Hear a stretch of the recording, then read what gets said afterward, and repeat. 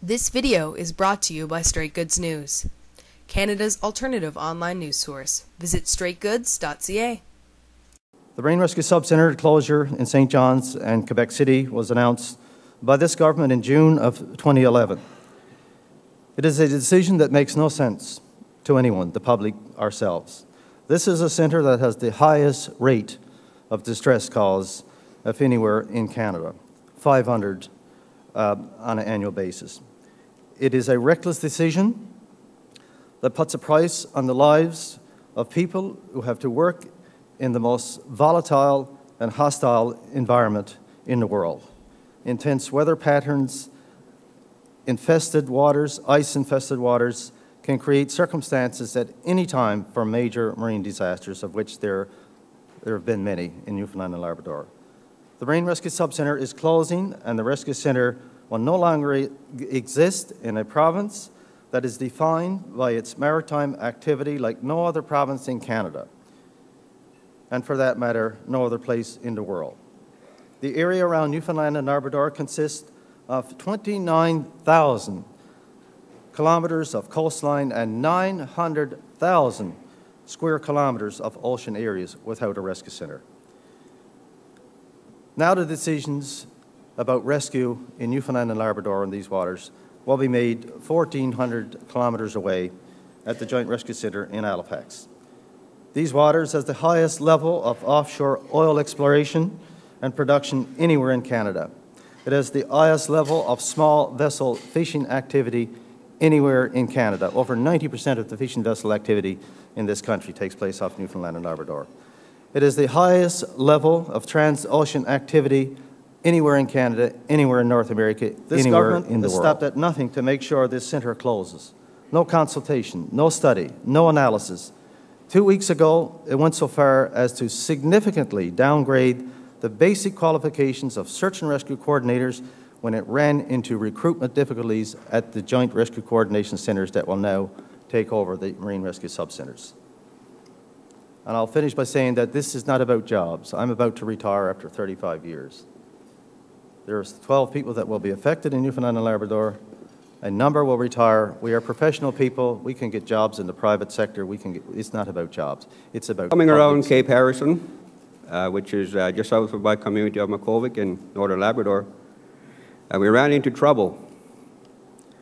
My engine stalled, and at that time there was a nice breeze of southeast wind blowing on the shore, and within seconds we were pushed ashore on Cape Harrison. Our only alternative was to leave our boat or go down with it. I can clearly remember that brief moment of panic when I looked up from what I was doing and thought, this was it, we're not going to make it. After that brief moment of panic, a plan came into my mind, and my instincts kicked in. From being out on the land for the past 40-odd years, you learn things and your instincts kick in. It just does it automatically. I saw an opportunity to jump out of the boat at the base of a steep cliff. There was a ledge there about 6 foot wide, I would say, and I jumped out. I threw my sat phone ashore and the gun, and the boat was just going up and down in the sea, and when the boat came upon a wave, I grabbed my nephew and hauled him out of the boat. Errol was still left in the boat, and by that time the boat had drifted off the shore a bit and couldn't reach him. So he threw a piece of line ashore, and I grabbed the line, and after a while I managed to haul the boat in, and Errol jumped out with us also. Seconds after, our boat capsized and she sank.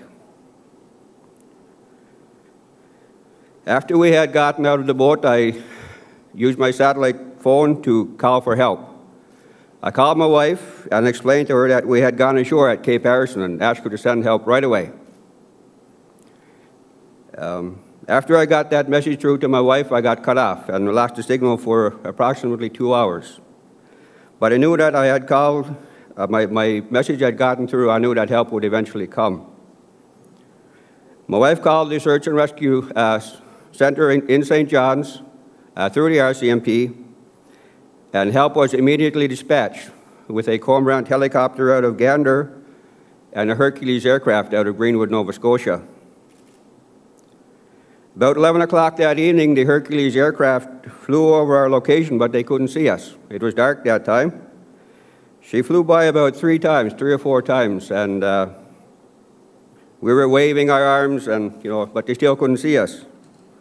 I had a small digital camera in my satellite phone case, so on her 4th time flying past, I took a picture of the plane, and as soon as that flash went off, they put a flare out to indicate that they had saw us. About 5 minutes after that, a cormorant came around from the south, from Gander, and she hovered over our location. Because the cliffs were so steep in the back of us, she slowly edged into our location, and a SARTEC came down on a wire, and he picked us off the sledge one at a time. Nobody knows when you're going to run into trouble. It could happen to anybody at any time when you're working or fishing or traveling in a marine environment. Newfoundland and Labrador has a long coastline. It's exposed, it's rugged.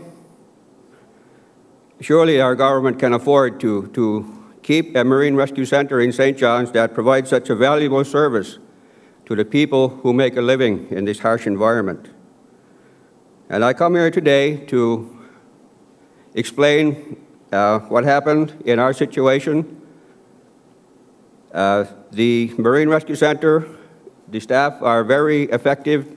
Their knowledge of Newfoundland and Labrador is second to none. We don't want to lose that.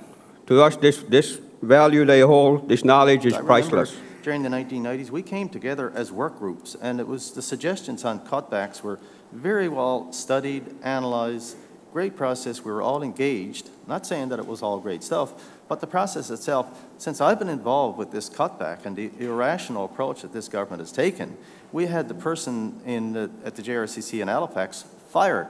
It was fired for speaking out. We had the person at the Marine Rescue Subcenter in Quebec fired for speaking out. That was supposed to be the beneficiary of consolidation. People, they were going to actually enlarge a little bit on the Halifax Centre.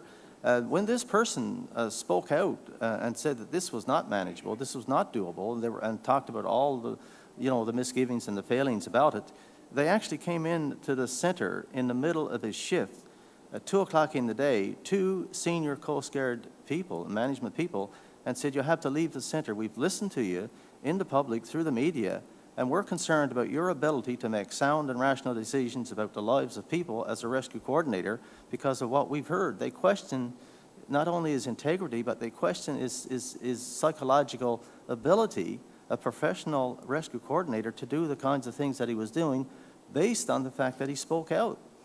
And the Marine Rescue Subcenter in Quebec, we had a 38-year veteran there who would actually come back on contract.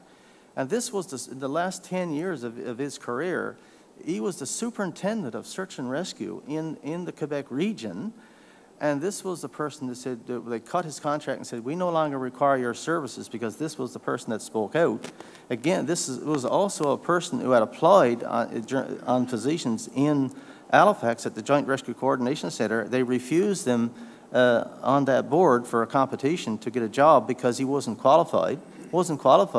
But yet he was an instructor instructing maritime rescue coordinators at the Sydney Coast Guard College, and he was so I mean, I think these kinds of methods speak for itself, and the story just goes on and on. It's actually very frightening.